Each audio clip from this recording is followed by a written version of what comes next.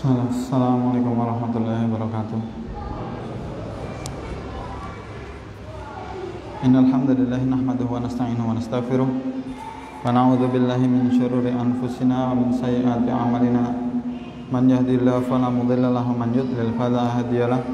Wa asyhadu an la ilaha illallah wahdahu la syarikalah wa asyhadu anna Muhammadan abduhu wa rasuluh. Qala Allahu fi kitabil karim, ya ayyuhalladzina amanu taqullaha haqqa tuqatih wa la tamutunna illa wa antum muslimun. Ya ayyuhan nasu taqu rabbakum alladzi khalaqakum min nafsin wahidah wa khalaqa minha zawjaha wa batha minhuma rijalan katsiran wa nisaa'a wattaqullaha alladzi tasaaluna bihi wal arham innallaha kana 'alaikum raqiba. Ya ayyuhalladzina amanu taqullaha wa qulu qawlan sadida yuslih lakum a'malakum wa yaghfir lakum dhunubakum wa man yuti'illaha wa rasulahu faqad faza fawzan 'azima. Amma ba'du. Fa inna asdaqal hadits kitabullah wa khairal hadi hadi Muhammadin sallallahu alaihi wasallam wa syarrul umuri muhdatsatuha fa inna kulla muhdatsatin bid'ah wa kulla bid'atin dhalalah wa kulla dhalalatin finnar. Kaum muslimin dan muslimat, Bapak dan Ibu yang semoga senantiasa dirahmati oleh Allah Subhanahu wa taala. Alhamdulillah kembali malam ini kita melanjutkan pelajaran kita Aqidatuka ayyuhal muslim. Wahai muslim, inilah akidahmu. Sebuah buku atau kitab yang ditulis oleh Syekh Abdurrahman bin Muhammad Musa Al-Nasr hafizahullahu ta'ala. Maka pada pertemuan sebelumnya kita telah sampai di pembahasan dari mana seorang muslim mengambil agamanya. Maka telah kita jelaskan, telah kita bawakan dalil-dalilnya dari Al-Quran dan hadis, bahwasanya seorang muslim itu dia mengambil agamanya dari Al-Quran dan Sunnah, dari Al-Quran dan hadis.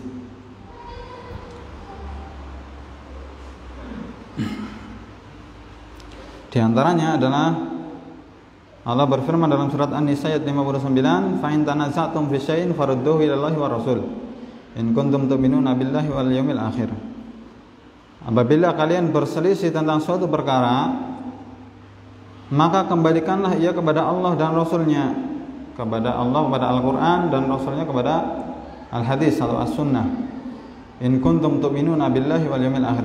Apabila kalian benar-benar beriman kepada Allah dan hari akhir.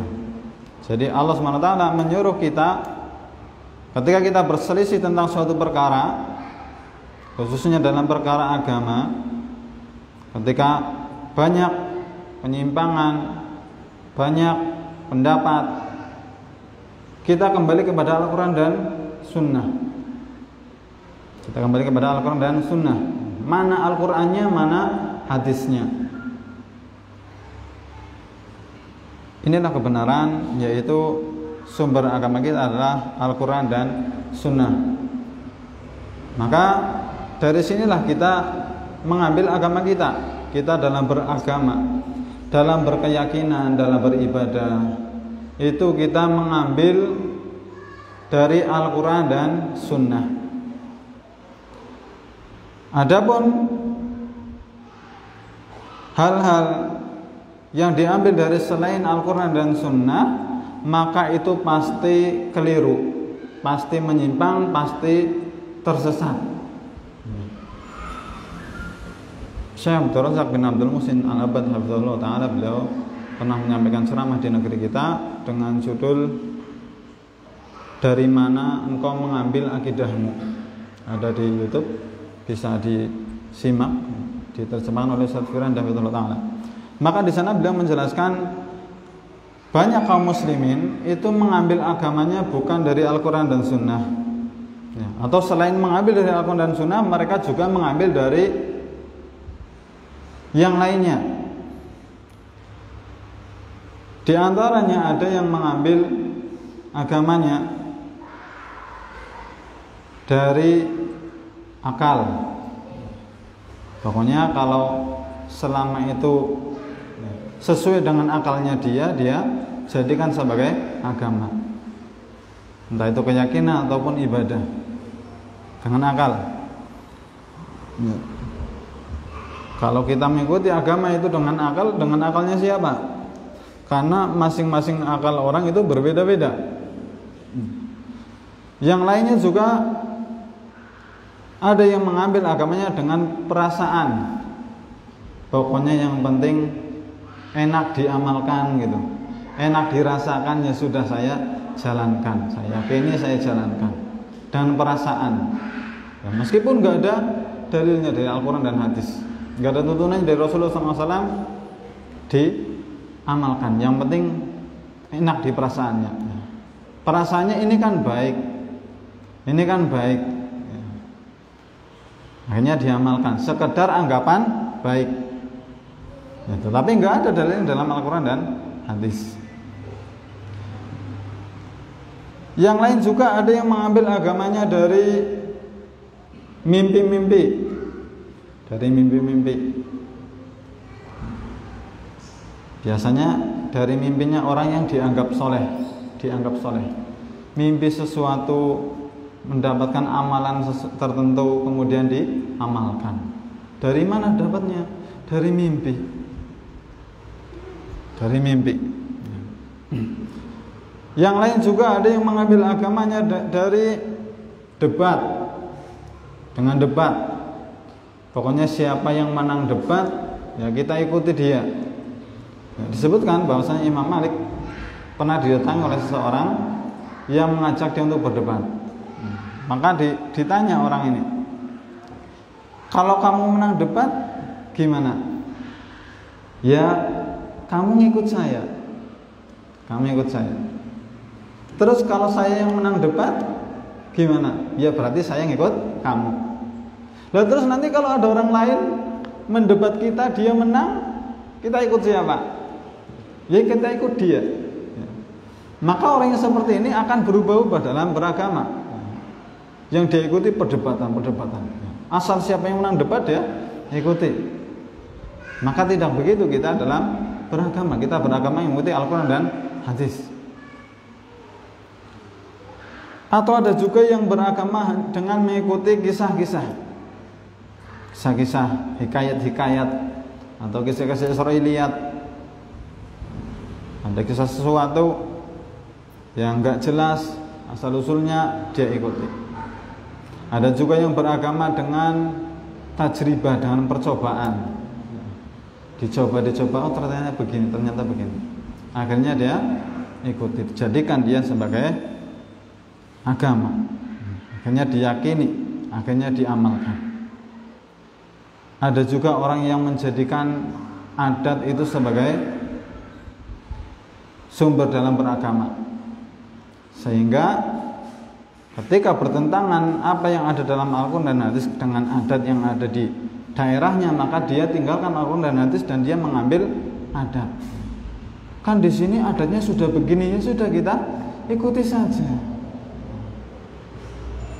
Dia ikuti adat. Ini kan baik. Nah, kadang-kadang begitu. Iya baik menurut kita, belum tentu baik menurut Allah dan Rasulnya. Kita menganggap sesuatu sebagai kebaikan itu hanya dengan apa yang dianggap baik oleh Allah dan Rasulnya. Dari mana kita mengetahui kalau suatu perbuatan itu baik, dianggap baik oleh Allah dan Rasulnya? Ya kita mengetahuinya dari Al-Quran dan hadis. Hadis yang sahih, yang jelas berasal dari Rasulullah SAW. Karena ada juga orang yang mengambil agamanya dari hadis-hadis yang palsu, ya, yang dhaif, yang lemah, termasuk yang palsu juga. Padahal masalah akidah, masalah keyakinan, kita harus mengambilnya dari sumber yang jelas, dari sumber dari Rasulullah SAW, dari Al-Quran dan hadis yang merupakan wahyu. Adapun ketika sebuah hadis itu dinyatakan lemah oleh para ulama, maka kita tidak boleh menjadikannya sebagai sumber dalam beragama. Ini sebagaimana dijelaskan oleh para ulama. Meskipun tentunya orang-orang ketika mengambil agamanya dari selain Al-Quran dan hadis, mereka memiliki argumen, ya. Tetapi argumen itu tertolak. Kadang-kadang ketika Katakan kita nggak boleh mengikuti atau menggunakan hadis yang dhaif, yang lemah dalam beragama. Dia menjawab, biar dhaif gini-gini juga hadis, gini-gini juga hadis. Yang nggak bisa begitu. Kita harus mengambil dari sumber yang jelas. Adapun hadis yang dhaif itu nggak jelas. Ada juga yang mengambil agamanya dari orang banyak. Asal diyakini oleh orang banyak dia ikuti, asal diamalkan oleh orang banyak dia ikuti. Makanya juga adalah kekeliruan. Bahkan Allah SWT telah berfirman dalam Al-Quran, wa in tuti' aktsara man fil ardi yudilluka an sabilillah. Kalau engkau mengikuti kebanyakan manusia, maka mereka akan menyesatkanmu dari jalan yang lurus. Karena pada asalnya sifat manusia itu kebanyakannya itu negatif. Kita apabila membuka Al-Quran, di dalam Al-Quran ketika disebutkan kata banyak, khususnya tentang sifat-sifat manusia, itu kebanyakan manusia berada dalam keburukan. Bodoh, dolim, tidak beriman, fasik, dan selainnya. Maka tidak bisa kita jadikan sebagai standar kebenaran. Maka standar kebenaran hanyalah Al-Quran dan hadis. Hadis yang benar-benar berasal dari Rasulullah Sallallahu Alaihi Wasallam.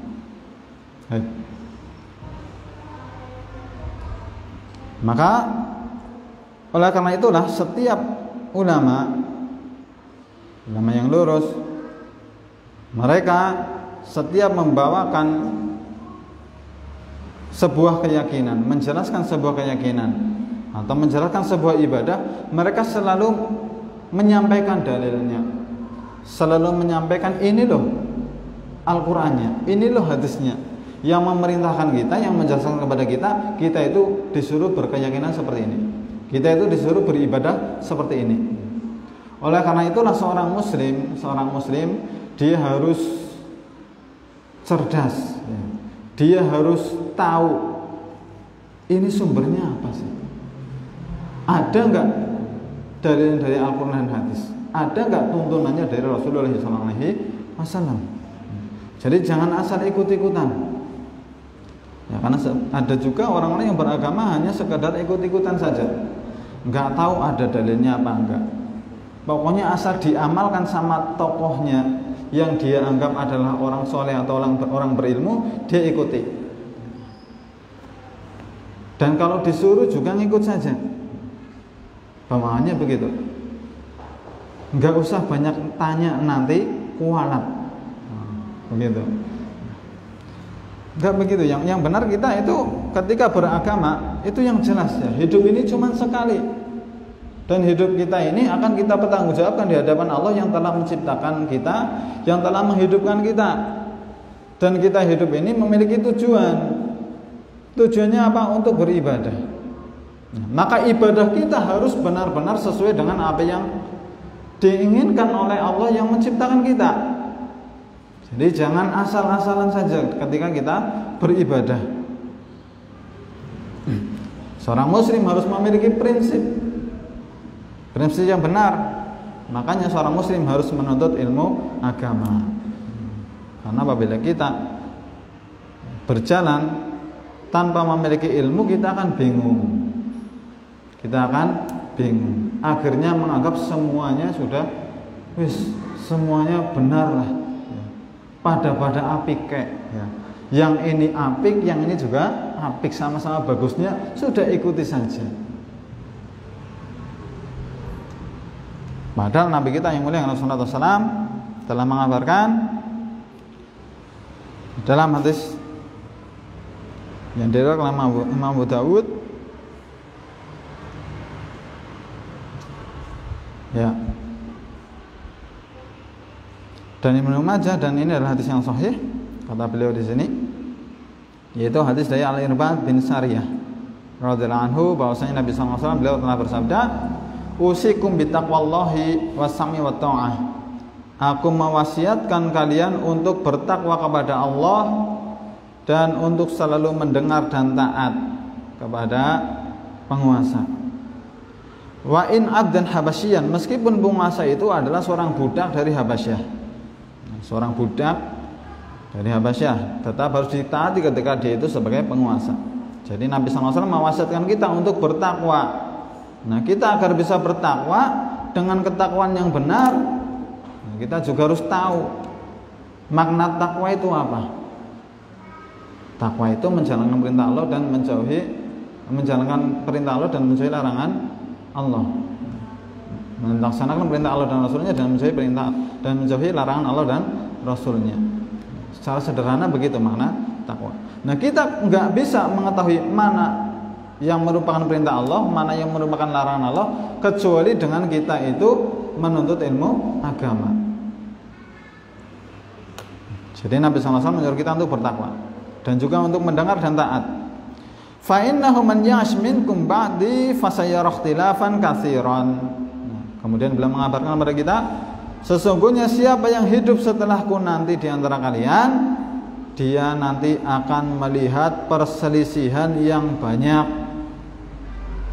Perselisihan yang banyak. Dan kita telah menyaksikannya, kaum muslimin berselisih. Kalau Islam itu tetap satu. Sejak zaman Nabi sampai hari kiamat, ajaran yang benar Islam itu hanya satu, tidak berpecah belah. Cuman umat Islamnya ini yang berpecah belah. Masing-masing mengaku di atas kebenaran. Makanya seorang muslim harus kritis gitu. Ketika ini mengaku benar, yang lain mengaku benar. Memangnya yang diakui kebenaran itu sebelah mana gitu. Kenapa kok yang ini mengaku benar, yang itu mengaku benar? Nah, diteliti. Dengan prinsip tadi selalu kembali kepada Al-Quran dan hadis.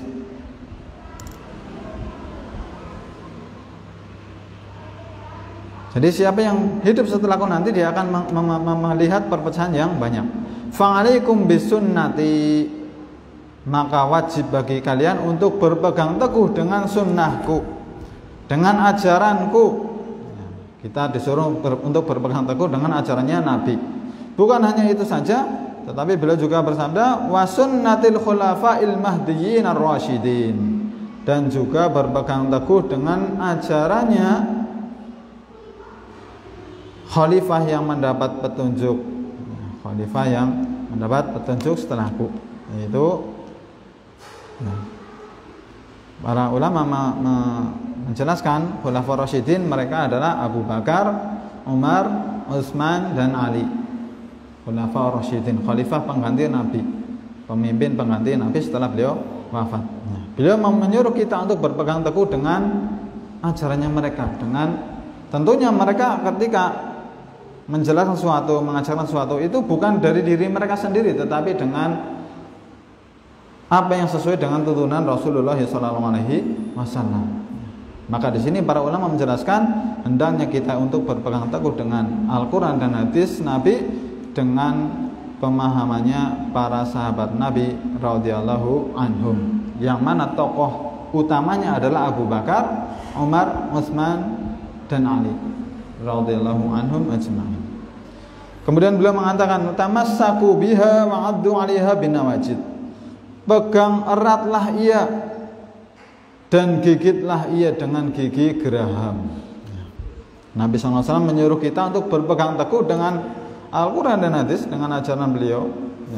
Ajaran beliau adalah Al-Quran dan hadis, dan juga dengan ajarannya para sahabat, yaitu dengan memahami Al-Quran dan hadis sesuai dengan pemahamannya para sahabat Nabi.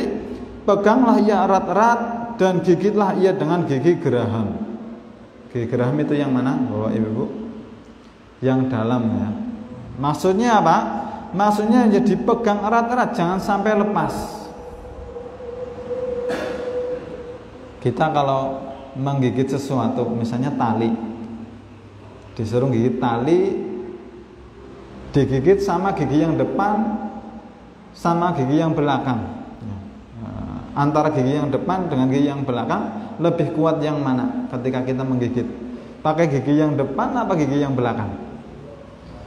bagi yang belakang. Maksudnya begitu. Pokoknya dipegang erat-erat. Ini adalah keyakinanku yang bersumber dari Al-Quran dan hadis. Ini ibadahku yang bersumber dari Al-Quran dan hadis. Ya, sesuai dengan apa yang diamalkan oleh para sahabat Nabi. Saya pegang erat-erat. Saya akan yakini seterusnya. Saya akan amalkan seterusnya. Meskipun berbeda dengan banyak manusia. Dipegang erat-erat. Jangan sampai lepas. Karena perselisihan itu sangat banyak. Ketika kita telah menemukan kebenaran, telah menemukan sebuah keyakinan yang atau ibadah yang benar-benar itu bersumber dari Al-Quran dan hadis, dan juga sesuai dengan apa yang dipahami oleh para sahabat Nabi sebagai tokohnya tadi Al-Khulafaur Rasyidin, maka kita pegang erat-erat, jangan sampai lepas. Wa iyyakum wa muhdatsatil umur, dan hendaklah kalian itu menjauhi perkara yang diada-adakan dalam agama. Fa inna kulla muhdatsatin bid'atun, karena setiap perkara yang diada-adakan dalam agama ini adalah bid'ah. Wa kullu bid'atin dhalalatun, dan setiap bid'ah itu adalah sesat. Dan ini adalah hadis yang sahih, di mana ketika seorang muslim mendengarnya dia harus mempercayainya. Karena Nabi SAW tidak berkata kecuali dengan hawa, tidak berkata dengan hawa nafsu. Beliau berkata hanya dengan wahyu dari Allah. Bagaimana firman Allah dalam surat An-Najm ayat 3-4, "Wa may yantiqu 'anil hawa in huwa illa wahyun yuha." Nabi Muhammad itu tidak berkata dengan hawa nafsu. Apa yang dikatakannya itu hanyalah wahyu yang Allah wahyukan kepada beliau. Maka ini adalah kebenaran. Dan ketika kita mengetahui akan hadis ini, bahwasanya Nabi SAW mengabarkan kepada kita agar kita berpegang teguh dengan sunnah Nabi, ya.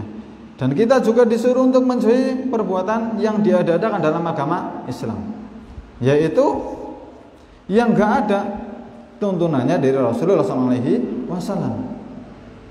Ketika Nabi SAW wafat, beliau tidak pernah mengerjakannya, tidak pernah melakukannya. Kok kemudian ada, kemudian dianggap sebagai bagian dari agama, maka itu adalah perkara yang diadakan dalam agama. Fa inna kulla muhdatsatin bid'atun, dan setiap perkara yang diadakan dalam perkara agama adalah bid'ah. Wa kullu bid'atin dhalalatun, dan setiap bid'ah itu adalah sesat. Maka seorang muslim harus memahami apa itu bid'ah. Karena bid'ah ini adalah kesesatan. Kita harus paham. Dan bagaimana kita memahaminya? Kita harus memahami dengan pemahaman yang benar. Bukan hanya sekadar suara-suara yang tidak jelas dari sana dari sini, dapat dari sana dari sini, ya, tanpa dasar yang jelas. Makanya insya Allah kita pun akan mempelajari hal ini pada pertemuan yang akan datang tentang perkara bid'ah ini. Ya, seorang muslim harus tahu apa itu bid'ah. Ya, meskipun ini juga mungkin termasuk perkara yang sensitif di masyarakat gitu. Ya, cuman kita ya harus tahu, sebagai seorang muslim harus tahu, ya, maksudnya ini bid'ah apa sih? Yang diperselisihkan oleh manusia, oleh kaum muslimin ini yang bagaimana? Yang benar bagaimana? Yang salah bagaimana? Karena ketika kita menganggap sesuatu itu benar, itu butuh kepada dalil, butuh dasar, butuh ilmu.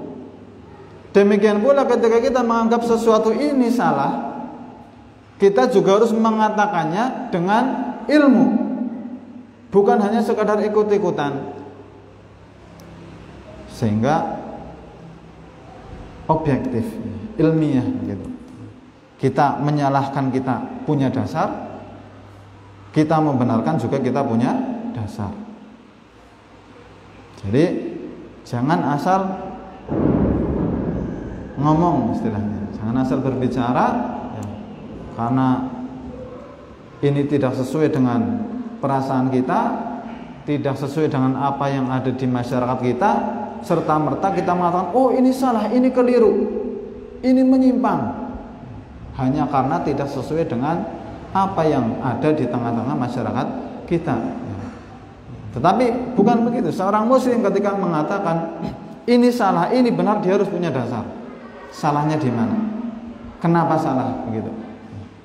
Ketika ini benar, benarnya bagaimana? Ya. Kenapa ini dianggap benar? Dasarnya apa? Dalilnya apa? Ya. Sekali lagi karena kita itu beragama dengan Al-Quran dan Sunnah, kita beragama dengan dalil, kita beragama dengan wahyu. Ya. Makanya orang yang berbicara masalah agama tanpa ilmu itu sangat berat konsekuensinya. Bahkan ya, setiap ucapan kita pun harusnya didasari oleh ilmu. Dalam sebuah hadis yang sahih Nabi SAW pernah bersabda, "Inna rajula la yatakallamu bil kalimati may yatabayyanu fiha yasiru bihi bin nari ab'ada ma bainal masyriqi wal maghrib." Ada seseorang dia berucap, dia mengatakan suatu perkataan yang tidak jelas baginya apakah ini benar atau ini salah. Pokoknya asal ngomong saja. Ternyata ucapannya itu yang dia tidak tahu ini benar atau salah. Pokoknya ngomong gitu. Ternyata dengan ucapannya itu membuat dia jatuh ke dalam neraka sejauh antara timur dan barat. Ya. Makanya berat.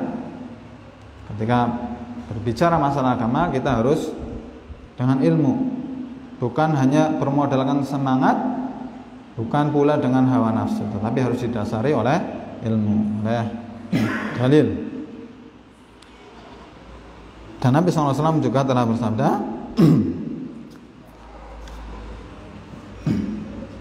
terkait bahwasanya kita itu harus berpegang teguh dengan Al-Quran dan hadis dan juga pemahamannya para sahabat Nabi,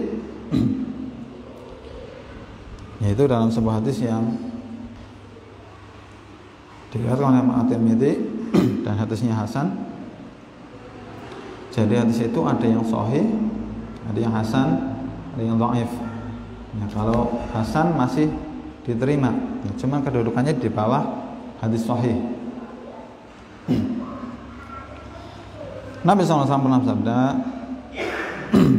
dari sahabat Abdullah bin Amr bin Al-As, beliau di sini bawakan Nabi SAW pernah mengatakan, la ya'tiyanna ala ummati ma ata ala bani Israil hadwan na'li bin na'li. Sungguh akan datang kepada umatku apa yang datang kepada Bani Israel, sebagaimana sendal dengan pasangannya. Jadi ya sama-sama sendal ya, sepasang kan sama, warnanya sama, bentuknya sama, nomornya sama, begitu.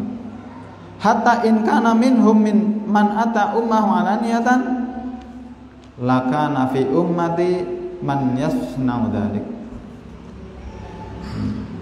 Hingga ketika di antara mereka Bani Israel ada yang mendatangi ibunya, menzinai ibunya, maka di kalangan umatku juga akan ada yang melaksanakannya, yang melakukannya.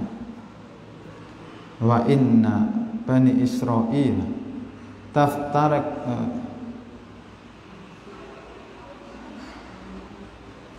tafarraqat ala sintaini wa sab'ina millatan. Sesungguhnya Bani Israel itu terpecah belah menjadi 72 golongan. Wa taftariqu ummati ala salasin wa sab'ina millatan. Adapun umatku maka akan terpecah belah menjadi 73 golongan. Jadi umatnya Nabi Muhammad SAW, umat Islam ini akan terpecah belah menjadi 73 golongan. Kulluhum finnari illa millatan wahidatan. Setiap semuanya di dalam neraka kecuali satu golongan saja. Jadi umat Islam akan terpecah belah menjadi 73 golongan, dan ini sudah sunnatullah ya. Dan apabila kita saksikan benar-benar umat Islam terpecah belah, bahkan sangat banyak sekali. Di antara ulama mengatakan 73 maksudnya itu adalah menunjukkan banyaknya, bukan pembatasan. Ada juga yang berijtihad menyebutkan 73 golongan ini yaitu golongan yang memiliki banyak pengikut. Ada juga yang berpendapat begitu. Ya, pokoknya umat Islam ini akan terpecah belah menjadi banyak golongan, banyak kelompok, semuanya diancam neraka. Ya, maksudnya di dalam neraka, maksudnya semuanya diancam dengan neraka kecuali satu. Ya. Maksudnya satu yang selamat, yang dijanjikan surga. Maka para sahabat pun bertanya. Lihat bagaimana pertanyaan para sahabat. Wa man hiya ya Rasulullah? Siapa yang satu itu yang selamat wahai Rasulullah? Nah, ini para sahabat bertanya yang satu. Bukan bertanya yang 72 yang diancam neraka, tetapi mereka para sahabat bertanya yang satu itu siapa? Ini juga menunjukkan kepada kita kalau belajar agama itu belajar yang benar dulu. Kita cari kebenaran dulu. Bukan belajar yang sesat-sesat dulu, enggak. Tapi belajar yang benar dulu, nanti kalau sudah mantap baru mempelajari yang lainnya. Kita belajar antibodinya dulu, gitu. Ibaratnya penyakit dipelajari antibodinya dulu, ya, baru nanti mempelajari macam-macam penyakit ketika sudah kuat. Maka para sahabat bertanya, siapa yang satu itu wahai Rasulullah? Qala ma'ana alaihi washabi. Mereka adalah yang aku dan para sahabatku berada di atasnya. Ini juga dijadikan dalil oleh para ulama bahwasanya kita itu dalam beragama agar selamat harus mengikuti para sahabat Nabi Sallallahu Alaihi Wasallam. Dan ini adalah hadis yang tetap dari Rasulullah SAW. Ya. Dan apabila kita mempelajari hal ini, kita ya, akan tahu dari penjelasan para ulama bahwasanya satu-satunya jalan selamat itu adalah dengan mengikuti Al-Quran dan hadis sesuai dengan apa yang dipahami oleh para sahabat Nabi Muhammad radhiyallahu anhu. Khonifidin wa akhwati fillah azanallahu wa yakum. Maka demikianlah seorang muslim harus benar-benar tahu, dia harus mencari tahu. Karena seorang muslim itu setiap manusia bahkan dilahirkan dalam keadaan jahil, dalam keadaan bodoh, dalam keadaan tidak tahu apa-apa. Maka seseorang harus menuntut ilmu agama. Seorang harus menuntut ilmu, harus belajar. Karena seorang itu akan menilai sesuatu sesuai dengan informasi yang masuk kepadanya. Seseorang itu akan menilai sesuatu sesuai dengan informasi yang masuk kepadanya, yang dia dapatkan. Maka juga ketika kita menuntut ilmu agama, jangan sampai salah dalam mengambil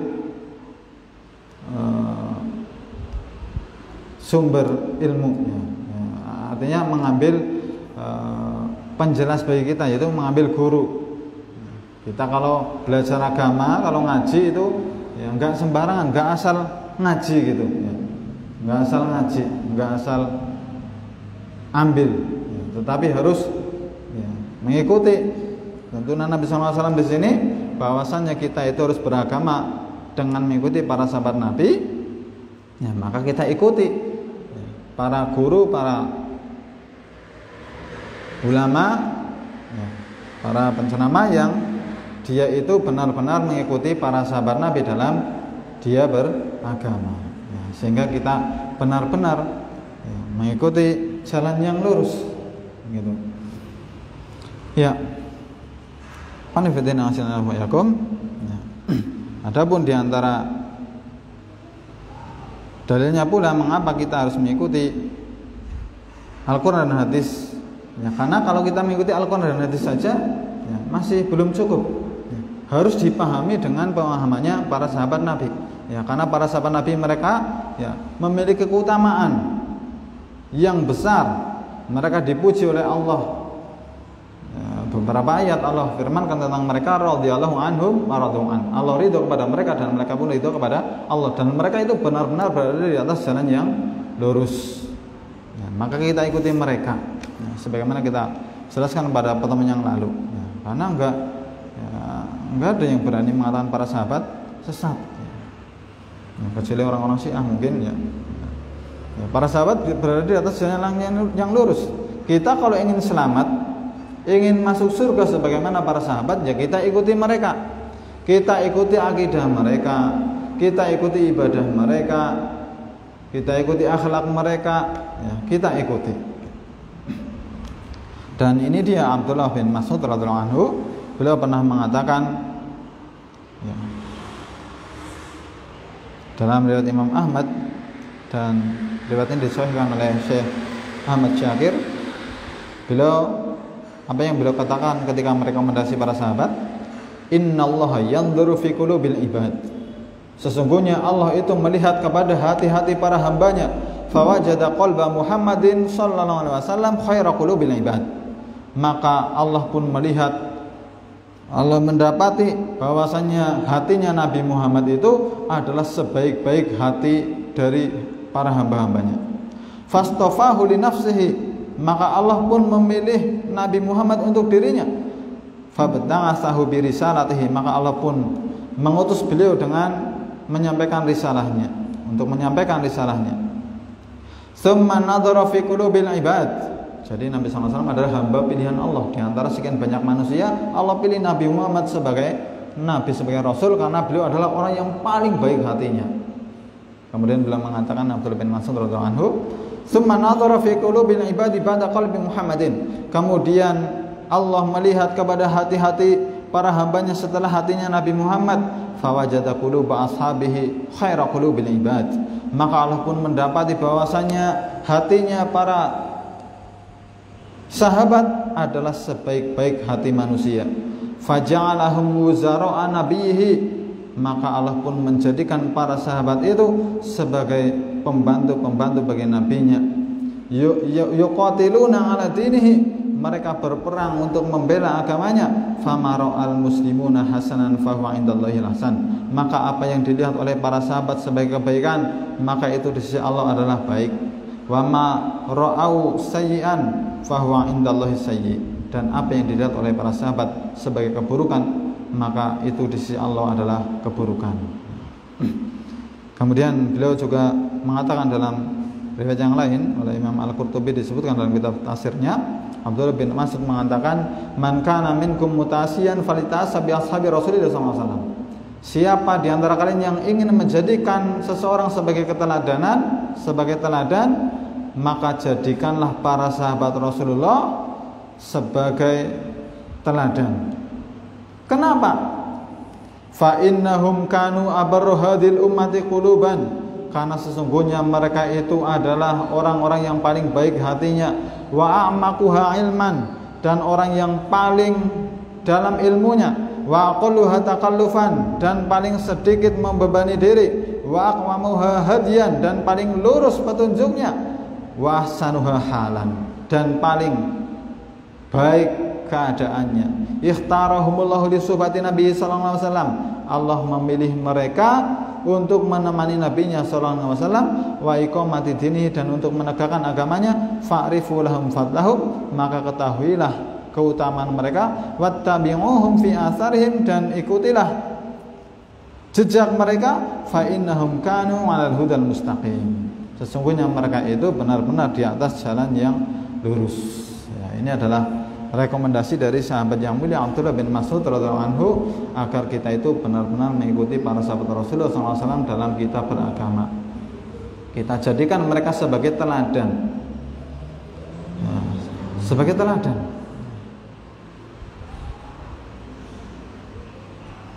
Karena mereka adalah sebaik-baik umat. Ya. Sungguh telah terbukti tak tersembunyi bagi kita tentang keutamaan para sahabat. Mereka itu sudah terbukti keislamannya, baiknya keislaman mereka telah terbukti.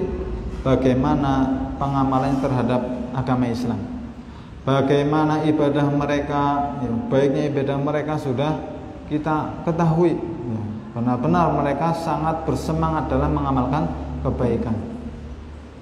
Demikian pula bagaimana mereka dalam berjihad melawan orang-orang yang memusuhi Islam bersama Nabi SAW juga, ya, telah kita ketahui. Bagaimana mereka membela agama Islam pun telah kita ketahui, apabila kita memang mempelajari perjalanan hidup Nabi dan para sahabat beliau. Maka kita jadikan mereka sebagai teladan. Kita jadikan mereka sebagai patokan. Kita jadikan mereka sebagai tuntunan bersama Rasulullah SAW. Makanya ya, ketika kita memahami hal ini, ya, maka hakikatnya sederhana. Dalam kita beragama itu teorinya gampang. Yaitu sebagaimana penjelasan beliau di sini, ya, ketika beliau mengatakan bahwasanya kita harus mengikuti Al-Qur'an dan Sunnah sesuai dengan Al-Sunnah yang sahih, sesuai dengan pemahamannya para sahabat Nabi, yaitu kita hanya mengikuti saja. Apa yang diyakini oleh para sahabat kita ikuti. Yang tidak mereka yakini ya sudah kita tidak yakini. Demikian pula dalam beribadah. Kita amalkan apa yang mereka amalkan. Kalau enggak diamalkan, ya sudah kita enggak mengamalkan. Meskipun diamalkan oleh orang banyak. Meskipun diamalkan oleh orang banyak. Karena sumbernya kita ketika beragama itu Al-Qur'an dan hadis. Sesuai dengan pemahamannya para sahabat Nabi. Insya Allah akan kita jelaskan lebih lanjut pada pertemuan yang akan datang terkait hal ini. Maka inilah prinsip seorang muslim, agar ketika dia ingin berjalan di atas jalan yang lurus sesuai dengan arahan Nabi, maka kita harus beragama Islam dengan mengikuti Al-Quran dan hadis sesuai dengan apa yang dipahami oleh para sahabat Nabi Muhammad Sallallahu Alaihi Wasallam. Ya, bisa dipahami apa enggak ini Bapak Ibu? Bisa dipahami enggak? Ya, jadi kita beragama, kita ikuti mereka saja. Kalau mereka amalkan, ya kita amalkan. Makanya kalau kita melihat ada sebuah amalan, kok kita belum tahu ilmunya, ya, kita cari. Ini ada nggak tuntunannya dari Nabi? Ada nggak tuntunannya dari para sahabat Nabi? Diamalkan nggak sama mereka? Kalau diamalkan ya kita amalkan. Kalau enggak ya enggak usah. Saya pengen masuk surga, ya, saya ikuti orang-orang yang sudah dijamin masuk surga. Lah orang yang sudah dijamin masuk surga ini, ya mereka enggak mengamalkan kok. Ya sudah, saya enggak ikut mengamalkannya. Ya, meskipun diamalkan oleh banyak orang. Meskipun diamalkan oleh banyak orang. Dan mengikuti Al-Quran dan hadis sesuai dengan pemahaman para sahabat Nabi, ini yang disebut oleh para ulama dengan manhaj salaf, ya, manhaj salaf. Manhaj berarti metode, salaf itu adalah para sahabat Nabi, ya, dan istilah salaf ini bukan perkara yang baru, bukan perkara yang baru dalam agama kita. Sebagaimana Nabi SAW juga pernah mengatakan kepada putrinya Fatimah dalam hadis yang diriwayatkan Imam Muslim, fa innahu ni'mas salaf ana laki. Sesungguhnya sebaik-baik salaf bagimu adalah aku. Sebaik-baik salaf bagimu adalah aku. Ya, salaf sendiri maknanya secara bahasa adalah pendahulu. Para pendahulu. Maka beliau maksudkan kepada putrinya Fatimah, sebaik-baik pendahulu bagimu adalah aku. Ya, dan istilah ini enggak asing, tidak asing di tengah para ulama sejak zaman dahulu. Maka inilah yang disebut oleh para ulama sebagai manhaj salaf. Ya. Jadi barangkali kita pernah mendengar apa sih manhaj salaf itu? Maka manhaj salaf, manhaj itu artinya metode. Metode kita bagaimana sih kita beragama? Ya. Yaitu dengan mengikuti para sahabat Nabi sebagai pendahulu umat ini yang soleh. Makanya mereka para sahabat Nabi disebut sebagai salafus soleh, yaitu para pendahulu kita yang soleh. Bahkan wajib bagi seorang muslim untuk mengikuti manhaj salaf ini, mengikuti metodenya para sahabat dalam beragama. Kita ambil agama kita dari mereka. Syekhul Islam Ibnu Taimiyah rahimahullah ta'ala pernah mengatakan dalam kitab Majmu' Fatwa beliau, la aiba 'ala man adhara madhhab as-salaf wa intasaba ilaihi wa i'taza ilaihi. Tidak ada aib, tidak ada keburukan bagi siapa yang menampakkan madhab salaf dan juga menyandarkan diri kepadanya. Bal yajibu qabulu dzalika, bahkan wajib menerima hal itu. Bal yajibu qabulu dzalika minhu bil ittifaq, ya, Bahkan wajib menerimanya dengan kesepakatan. Tentunya dengan kesepakatan para ulama. Fa inna madhhabas salafi la yakunu illa haqqan.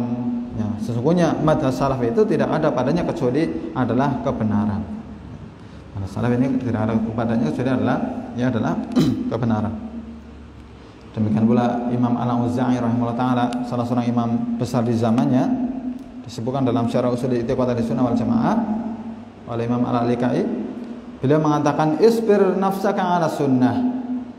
Bersabarlah kalian di atas sunnah, di atas ajarannya Rasulullah SAW. Ya. Waqif haitsu waqafal qaum, dan berhentilah di mana para sahabat berhenti.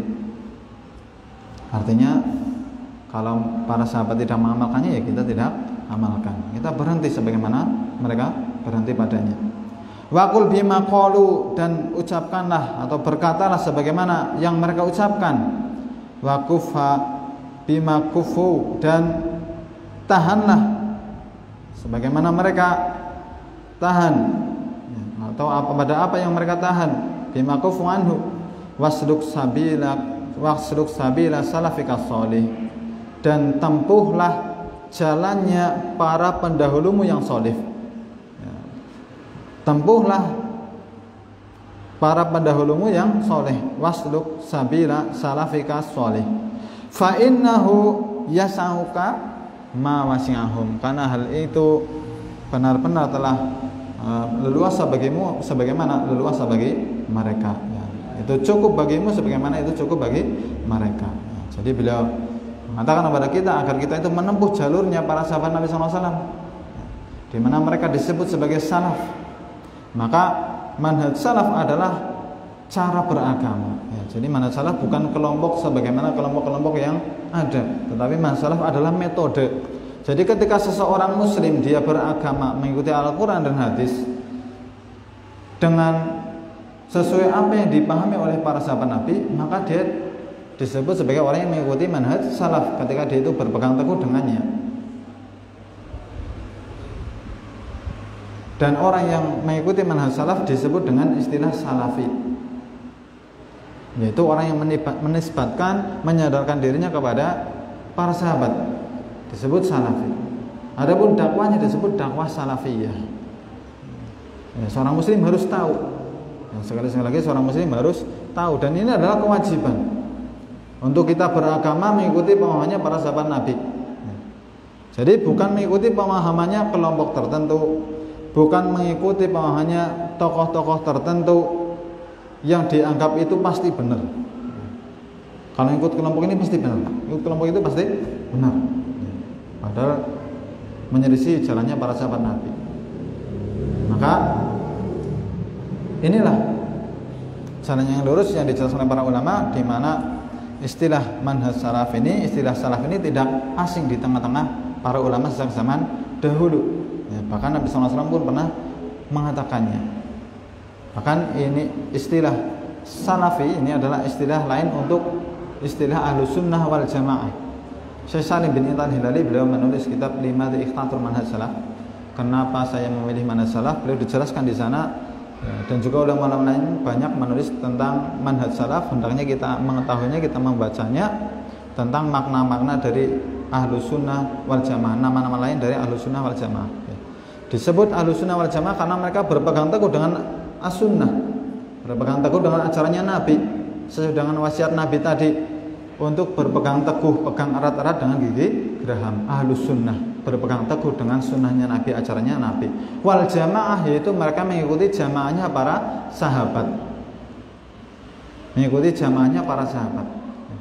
Bahkan meskipun satu orang di kampungnya benar-benar mengikuti Al-Quran dan hadis sesuai dengan pemahamannya para sahabat Nabi, dia berpegang teguh dengannya meskipun menyelisih orang banyak, dia dianggap sebagai Ahlus Sunnah wal Jamaah, disebut sebagai Ahlus Sunnah wal Jamaah. Sebagaimana kata Abdullah bin Mas'ud, al-jama'atu ma wafaqal haqq wa in kunta wahdak. Al-jamaah itu adalah yang mencocoki kebenaran, yang mengikuti kebenaran meskipun engkau sendirian. Karena memang Islam ini bermula dalam keadaan asing.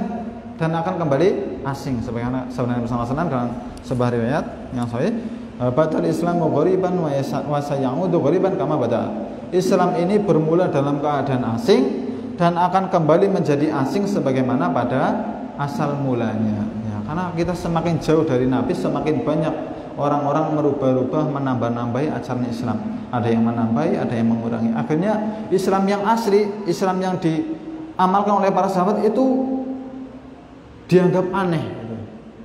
Ini kok Islam kok begini, Islam apa? Dianggap aneh. Padahal itu yang diamalkan oleh para sahabat Nabi. Dianggap aneh karena menyelisih umumnya para masyarakatnya. Karena masyarakat kebanyakannya memang ya seperti yang Allah sebutkan dalam Al-Quran. Ya, kalau kita mengikuti kebanyakan manusia, mereka akan menyesatkanmu dari jalan Allah. Makanya disebut juga Ahlus Sunnah juga disebut al-ghuraba, orang-orang yang terasing karena mengamalkan agamanya. Fatuba lil ghuraba, maka beruntunglah orang-orang yang menjadi asing, dianggap asing, dianggap aneh karena berpegang teguh dengan ajarannya Nabi sallallahu alaihi wasallam. Demikian pula Ahlus Sunnah wal Jamaah, para ulama menamai dengan nama-nama yang lain ya, atau ya nama-nama lain bagi Ahlus Sunnah wal Jamaah, yaitu ada Ahlul Hadis karena mereka berpegang teguh dengan hadis-hadis Nabi yang sahih. Ada Ahlul Asar, mereka berpegang teguh dengan ucapannya para sahabat Nabi ya, dan para ulama. Juga disebut At-Taifah Al-Mansurah, golongan yang ditolong. Ada juga yang Al-Firqatun Najiyah, kelompok yang selamat. Dan ini semuanya ada dasarnya, penamaan-penamaan ini ya, termasuk juga tadi ya salafi, yaitu sebagai penisbatan penyandaran kepada salaf, kepada para sahabat ya. Dan ini yang saya sampaikan. Maka kaum muslimin rahimani wa rahimakumullah, inilah yang saya sampaikan dan inilah yang dijelaskan oleh beliau di sini. Penulis memaksudkan inilah kebenaran yang harus kita ikuti, bahkan wajib bagi kita untuk mengikutinya. Wajib bagi kita untuk mengikuti Al-Quran dan hadis sesuai dengan apa yang dipahami oleh para sahabat Nabi, bukan dipahami oleh tokoh-tokoh tertentu, oleh kelompok tertentu, tidak, tetapi apa yang dipahami oleh para sahabat Nabi. Apabila kita telah memahami ini dan kita telah mendapatkan hidayah untuk berada di atasnya, maka bersyukurlah kita dan berpegang teguhlah dengannya.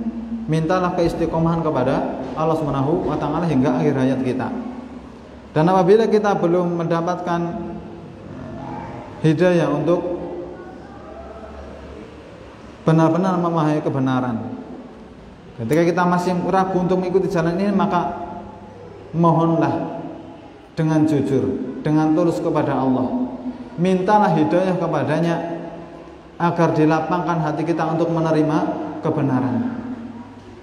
Karena hidayah itu benar-benar murni hanya dari sisi Allah Subhanahu wa taala. Sebaik apapun seseorang dalam menyampaikan kebenaran, pasti akan ada saja yang menolaknya. Ada yang menerima, ada yang menolak. Nabi seperti apa baiknya dalam menyampaikan kebenaran, tapi tetap ada yang menolak, bahkan ada yang mencela. Tetapi kita sebagai seorang muslim, kita dituntut untuk mencari kebenaran. Kita mencari hidayah, sedangkan hidayah itu di tangan Allah, maka kita benar-benar jujur meminta kepada Allah hidayah, dengan tanpa kita meremehkan seorang pun, dengan kita mengedepankan kasih sayang kepada saudara-saudara kita. Maka kita bersungguh-sungguh untuk mencari hidayah. Allah katakan walladzina jahadu fina lanahdiyannahum subulana. Siapa yang bersungguh-sungguh mencari keridhoanku, benar-benar akan kami tunjukkan dia kepada jalan-jalan menuju keridhoanku. Siapa yang benar-benar mencari hidayah, insya Allah pasti akan Allah beri hidayah.